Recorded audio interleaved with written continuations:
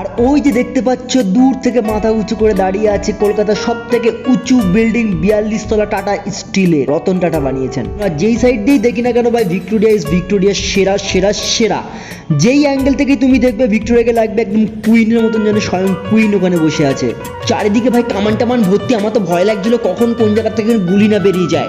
Guys ভিতরে ঢুকতে তোমার দেখতে হবে রানীর ড্রেস, রানী যেই ড্রেস পরে নাচতো, যেই ড্রেস পরে যুদ্ধ করতো, লড়তো, সেই ড্রেস। আর তার পাশে তার চুল, তার মাথার চুল। গাইস হচ্ছে পিয়ানো, হয়তো এটা রানী বাজাতো। তখনকার দিনে তো আর ইনস্টাগ্রামে রিল টিল বানানোর কোনো চান্স ছিল না, তাই রানীর যখন মনটা একটু অন্যরকম হতো তখন রানী এখানে সে পিয়ানো বাজিয়ে মনের ভাবটা প্রকাশ করতো। বলেন কি?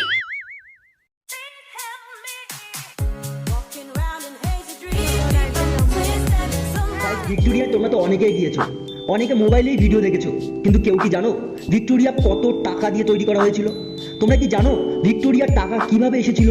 তোমরা কি জানো ভিক্টোরিয়া কত সালে তৈরি করা হয়েছিল, কত বছর ধরে তৈরি করা হয়েছিল, কে ডিজাইন করেছিল? আজকে সমস্ত কিছুই আমরা এই ভিডিওতে তোমাদেরকে দেখাবো, শোনাবো। তো প্লিজ ভিডিওটা শেষ পর্যন্ত দেখো। তো বন্ধুরা কেমন আছো তোমরা সবাই? আশা করি সবাই খুবই ভালো আছো। আমি প্রীতম চলে এসেছি আজকে একটা নতুন ভিডিও নিয়ে। আর আজকের ভিডিও টপিক হচ্ছে Victoria, history of Victoria. Guys আমরা মামা ভাগ্নি দুজনে 30 টাকার টিকিট কেটে ভিতরে ঢুকে পড়লাম। একে তো ডিসেম্বর মাস, তারপরে আবার রবিবার, ভাবতেই পারছো কেমন ভিড় হয়েছিল। ভিক্টোরিয়ায় ঢুকতেই দুপাশে দুটো রাস্তা দেখতে পাবে, আর দেখতে পাবে মাঝখান দিয়ে এই স্তম্ভটি, এই গেটটি। আর ওই যে দেখতে পাচ্ছ দূর থেকে মাথা উঁচু করে দাঁড়িয়ে আছে কলকাতার সব থেকে উঁচু বিল্ডিং 42 তলা টাটা স্টিলের, রতন টাটা বানিয়েছেন। গাইস 42 তলা বিল্ডিং দেখার পরে আমরা মামা ভাগ্নি এগিয়ে চললাম সামনের দিকে।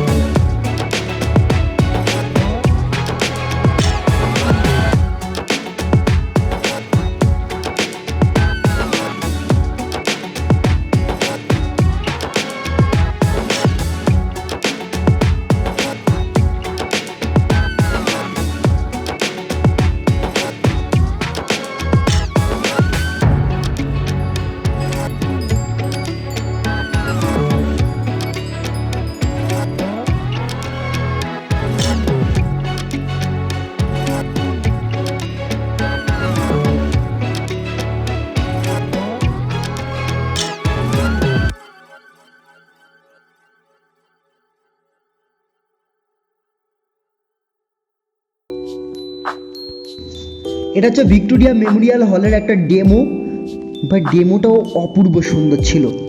গাইজ এটাই ভিক্টোরিয়ার অরিজিনাল মডেল, আর এই ভিক্টোরিয়া ডিজাইন করেছিল এমারসন। গাইজ এখানে বেশ সুন্দর সুন্দর কিছু হাতে আঁকা চিত্র আছে, ছবি আছে, যেগুলো জানি না আমি কে এঁকেছে, তবে খুব সুন্দর।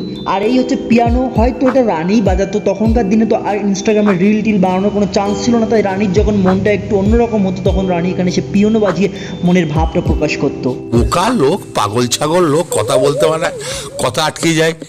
গাইজ এখানে আবার একটা জাহাজের ডেমো ছিল, হয়তো রানী এই জাহাজে করে সেই ব্রিটিশ থেকে আমাদের ইন্ডিয়া এসেছিল, আমি জানি না এটা সঠিক কিনা। গাইজ আমরা যেদিনকে গিয়েছিলাম সেদিনকে কিন্তু বিশাল ভিড় ছিল, বাইরেও ভিড় ভিতরেও ভিড়, আর চারিদিকে খালি ভিড় আর ভিড়। আমার তো ভাই বিশাল টেনশন হচ্ছিল আমি ভিড়ের মধ্যে হারিয়ে যাবো না তো, আমার সাথে আমার ভাগ্নিও আছে সেও হারিয়ে যাবে না তো। তো এইরকম ভয় চিন্তা নিয়েও আমরা ভিডিও করতে এসেছি তোমাদের জন্য। সো প্লিজ একটা ভিডিওতে আমাদের একটা লাইক করে দেও গাইজ প্লিজ।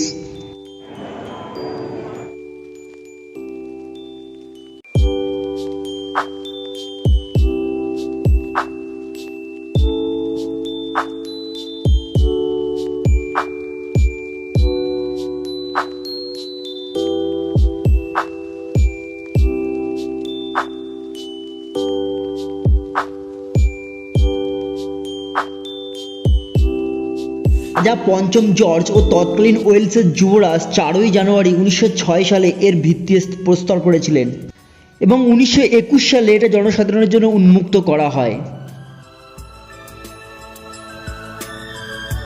গাইস এই জায়গাটা থেকে যে ভিউটা তোমরা পাবে সেই ভিউটা জাস্ট অসাধারণ, তোমাদের বলে বোঝাতে পারবো না। যখন তোমরা এটা সামনাসামনি থাকবে এত সুন্দর লাগবে।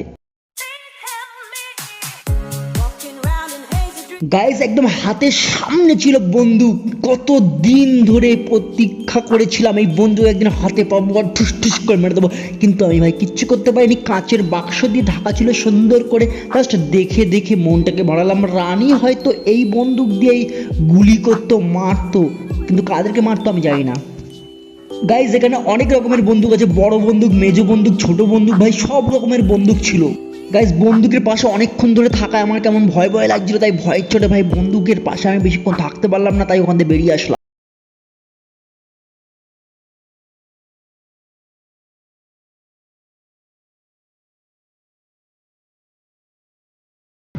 গাইস অবশেষে আমরা ভিক্টোরিয়া এক মাথা থেকে ঢুকে আর এক মাথা থেকে বেরিয়ে আসলাম।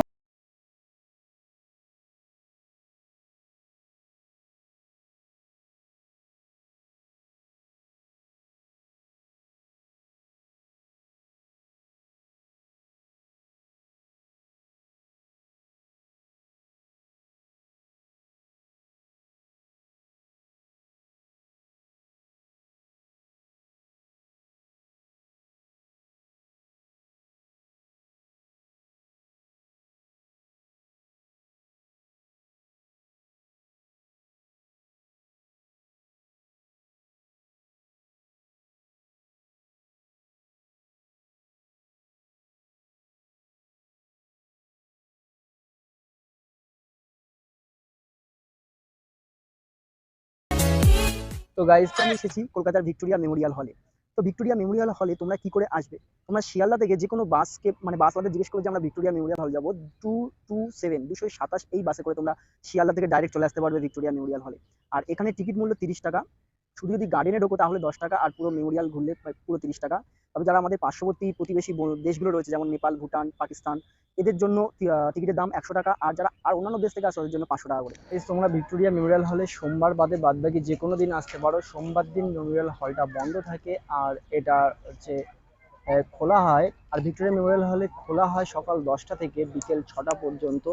এই টাইমটায় তোমরা মেমোরিয়ালের মধ্যে ঢুকতে পারবে। আর গার্ডেনটা তার আগে সকালবেলায় মর্নিং ওয়াক করার জন্য কিছু সময় ছেড়ে দেওয়া হয়। তো গাইজ আজকের মতো আমাদের ভিডিওটা এখানেই শেষ হচ্ছে। ভিডিওটা কেমন হলো অবশ্যই কমেন্ট করে জানিও, লাইক করে বুঝিয়ে দিও ভিডিওটা কতটা তোমাদের ভালো লাগলো। আর যদি তোমরা আমাদের চ্যানেলে নতুন হয়ে থাকো প্লিজ চ্যানেলটা সাবস্ক্রাইব করে দিও, তোমাদের বন্ধুদের সাথে ভিডিওটা শেয়ার করে দিও অবশ্যই। তো টাটা বাই বাই, দেখা হচ্ছে নতুন আর একটি নতুন ব্লগে। ততদিন ভালো থেকো সবাই, সুস্থ থেকো আর দেখতে থাকো দ্য চিরকুট বক্স।